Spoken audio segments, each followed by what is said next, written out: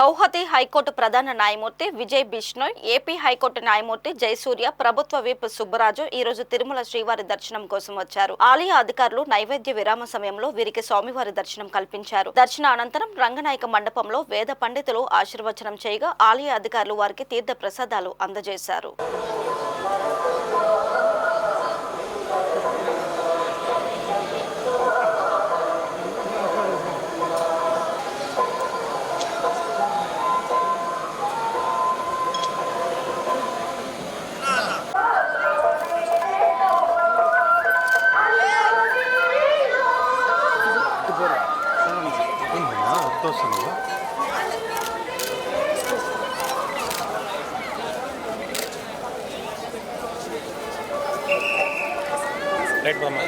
right